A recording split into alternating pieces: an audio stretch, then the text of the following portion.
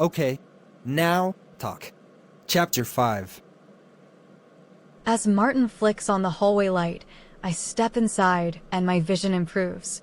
The entire space gleams with cleanliness. White marble floors stretch out before me, leading to a grand staircase that ascends to the next level. While the rooms branching off from the foyer remain shrouded in darkness, the pristine condition of the foyer hints at the breathtaking splendor awaiting throughout the rest of the house. It's extravagant, but then again, nothing less is to be expected from the Blood Alpha's domain. They reign as the wealthiest pack, with half the city falling under their claim. "Follow me," Martin gestures, leading the way. I trail behind him as we ascend 2 flights of stairs until he halts at a black door. With a push, he reveals a king-size bed crafted from rich mahogany, complete with an elegant canopy. Matching furniture and a sizable black rug adorn the room, while a flat-screen TV is seamlessly integrated into the wall, its volume turned down to a murmur by Martin's hand. On one side, a door beckons, leading to a balcony beyond. Although there's no crib available, you'll find the bed quite comfortable. The bathroom is just beyond those doors, shared with Alpha Brian's room next door. However, he likely won't be here tonight, as he usually stays at his city apartment. You'll find towels in the bathroom. I'll return to check on you at 6 a.m. and then accompany you to meet the Alpha.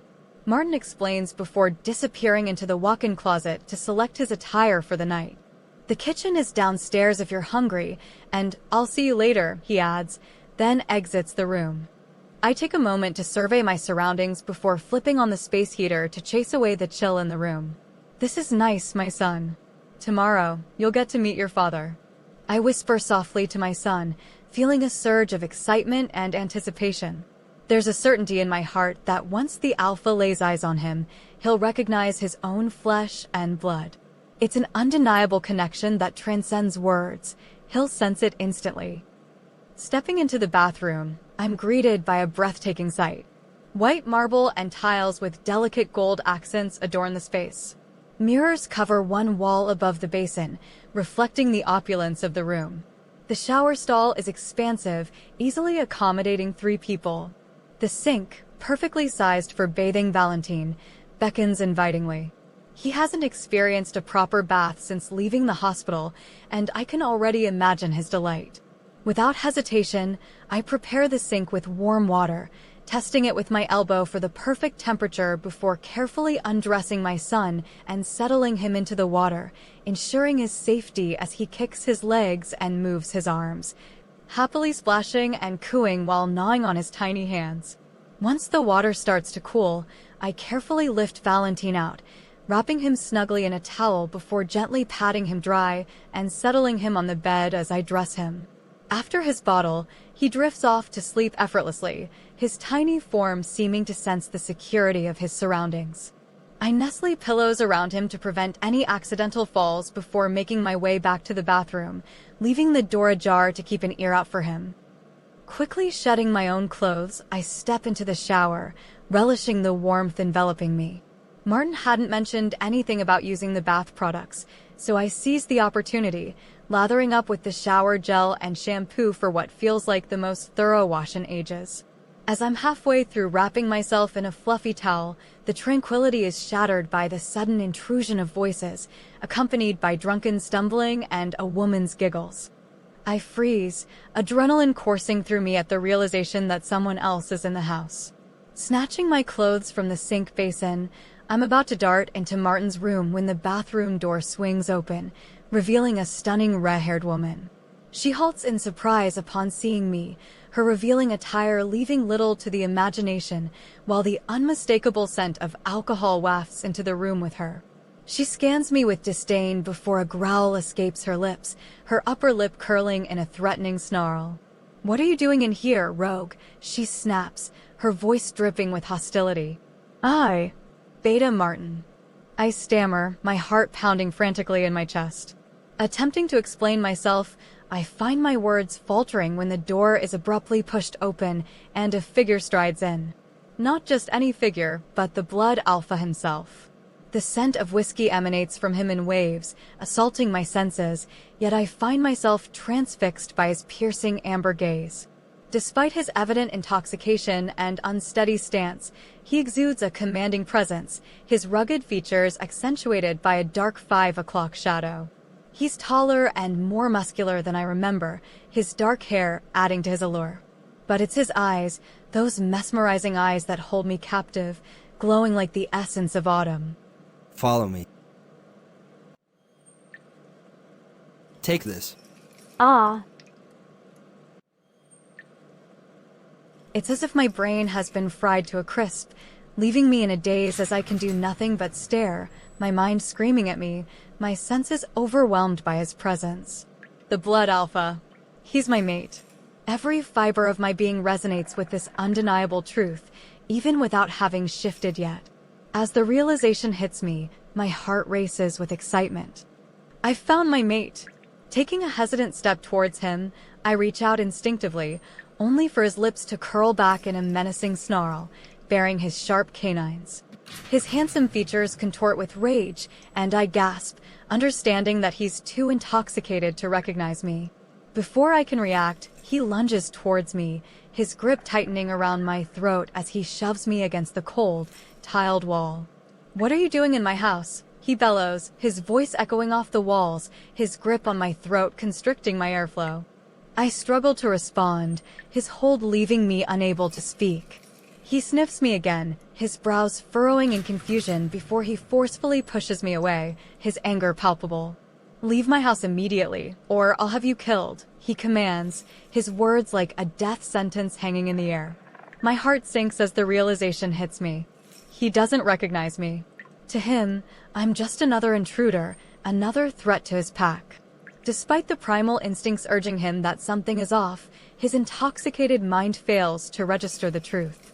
The woman standing behind him watches with glee, relishing in the confrontation, perhaps even hoping for my demise. In that moment, I understand the depth of my mistake. I never should have come here, never should have allowed myself to hope. Even my own mate won't come to my aid. This was my only chance to reveal the truth to him, to show him he's a father, and now it's all slipping away, shattered like glass against a stone. "Wait, but I begin, my voice trembling with desperation. "Get out," he roars, his command crashing over me like a tidal wave. I flinch instinctively, the power of his authority rendering me powerless. Alpha wolves, once they reach maturity, possess the ability to enforce their will with a single command, leaving their subjects with no choice but to obey.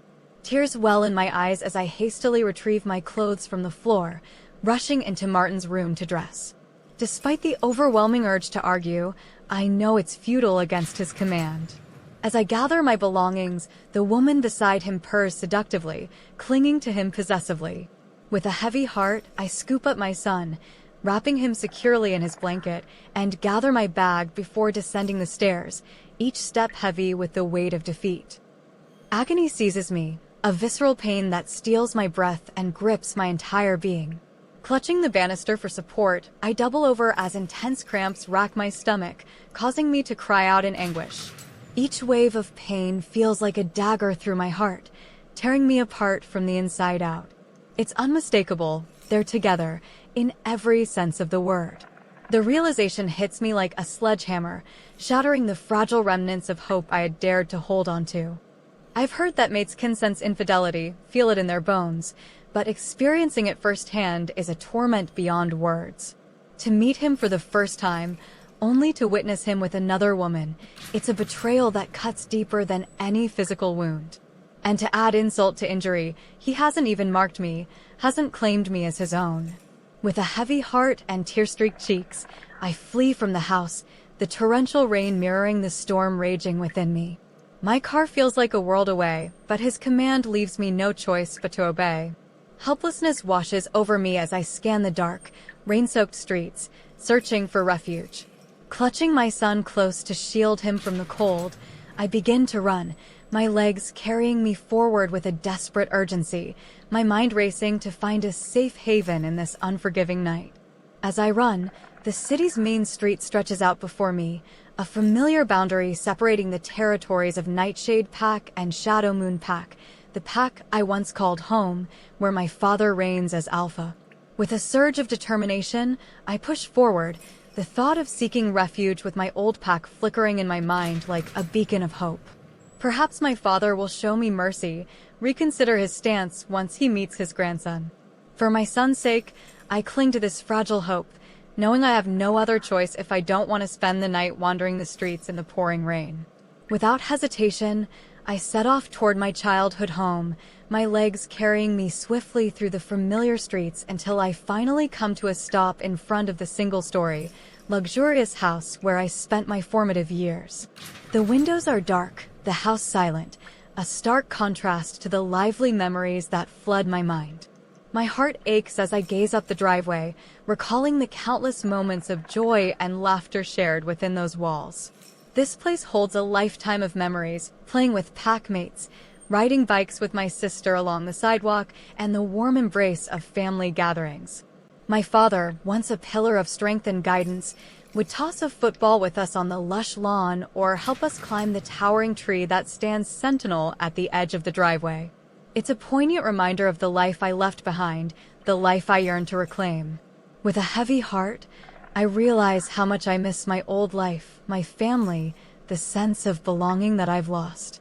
Yet, despite the uncertainty looming ahead, I can only hope that they, too, yearn for my return, that somewhere within these walls, they still hold a place for me in their hearts. Well, goodbye.